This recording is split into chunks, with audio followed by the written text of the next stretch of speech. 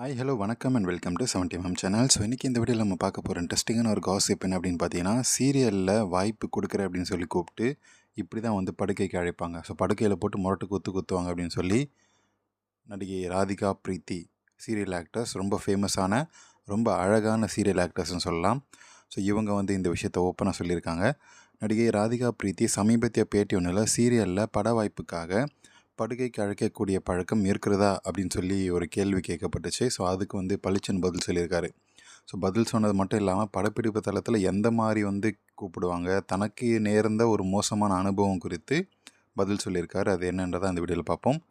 அவர் சொன்னது பார்த்திங்கன்னா, முதல்ல பூவே உனக்காக சீரியலில் நான் ஒப்பந்தமானேன். அந்த ஒப்பந்தமான போது ஹீரோயின் அப்படின்னு சொல்லி தான் வந்து என்னை வந்து கான்ட்ராக்டில் சைன் பண்ண சொன்னாங்க. ஸோ கிட்டத்தட்ட பாதி சீரியலில் நான் ஹீரோயின் போல தான் வந்து கண்டினியூஸாக நடிச்சிட்டே இருந்தேன்.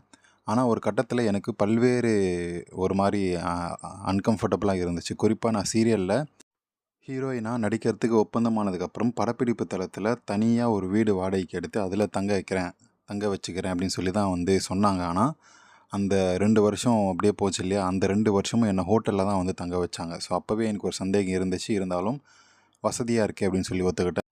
ஸோ அவ்வளோ நாள் வந்து ஹோட்டல் சாப்பாடு தான் சாப்பிட்டுட்டு இருந்தேன். சாப்பிட்டா எவ்வளோ பிரச்சனைகள் வரும் அப்படின்றது உங்களுக்கே தெரியும். ஸோ இதனால் வந்து உடல் சார்ந்த பல்வேறு பிரச்சனைகளுக்கு நான் வந்து ஆளானேன்.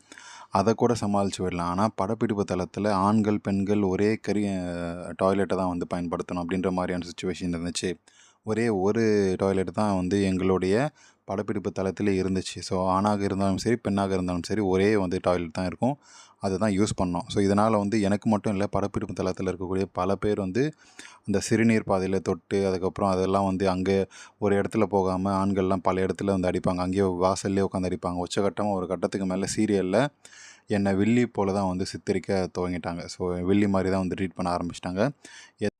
ஏதாவது ஒரு சீரியலில் ஹீரோயினாக நடிச்சிட்டு இருந்த ஒரு நடிகையை வில்லன் மாதிரி வந்து காட்டியிருக்காங்களா? ஆனால் என்ன வந்து காட்டினாங்க. ரசிகர்களிடமிருந்து எதிர்மாறான கருத்துக்கள் வர ஆரம்பித்ததுக்கப்புறம் தான் வந்து எனக்கு இந்த விஷயமே வந்து புரிஞ்சுது. ஸோ ஹீரோயினாக நடிச்சிட்டு இருக்கும்போது அந்த மாதிரி ஆக்ட்ரஸாக நடிச்சிட்ருக்கோம். ஆனால் இப்படி எதிர்மறையான கதாபாத்திரத்தில் தன்னை நடிக்க வச்சு வில்லியாக ஒப்பந்தம் செய்ய நடிகை ஹீரோயின் ஆக்கி இப்படி விளையாடிட்டுருக்காங்க. என் வாழ்க்கையில் என்னுடைய கரியரில் இப்படி விளையாடிட்டுருக்காங்களே அப்படின்னு சொல்லி நொந்து போயிட்டேன் அப்படின்னாங்க. இதனால் வந்து தான் வந்து பூவே உனக்காக அந்த சீரியல்லேருந்து விலகிட்டேன் அப்படின்னு சொல்லியிருக்காங்க. பட வாய்ப்புக்காக படுக்கைக்கு அழைக்கக்கூடிய பழக்கம் இருக்கிறது. அதே போல் சீரியல்லும் வந்து பட வாய்ப்புக்காக அந்த சீரியல் வாய்ப்பு கொடுக்கறதுக்காக படுக்கைக்கு அழைக்கக்கூடிய பழக்கம் இருக்க தான் செய்யுது அப்படின்றத சொல்லியிருக்காரு. இதனால் வந்து இந்த சுற்றி எல்லாம் வளவலன்னுலாம் கேட்க மாட்டாங்க. நம்முடைய மேனேஜர்களை உங்களை வந்து இந்த கமிட் பண்ணுறதுக்கு எல்லாத்துக்கும் ஓகேவா அப்படின்னு சொல்லி கேட்பாங்க. அப்படின்றது ப்ராமிஸாக ஓகே அப்படின்னா மட்டும்தான் அந்த நடிகைகளுக்கு வாய்ப்புகளே வந்து கொடுப்பாங்க. ஸோ அந்த கான்ட்ராக்ட்லேயே வந்து இத்தனை தடவை,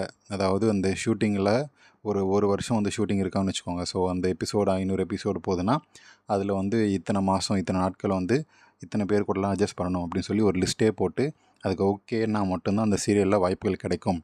இதுக்கு ஒத்துக்கிட்டு பல நடிகைகள் வந்து நடிக்க போகிறாங்க அப்படின்றத சொல்லியிருக்காரு. நீங்கள் பண்ணீங்களா அப்படின்ட்டு கேட்டதுக்கு அவர் வந்து ஓப்பனாக பதிலும் சொல்லாமல் அந்த ரிஜெக்ட்டும் வந்து சொல்லாமல் அப்படியே வந்து மழுப்பிட்டார்.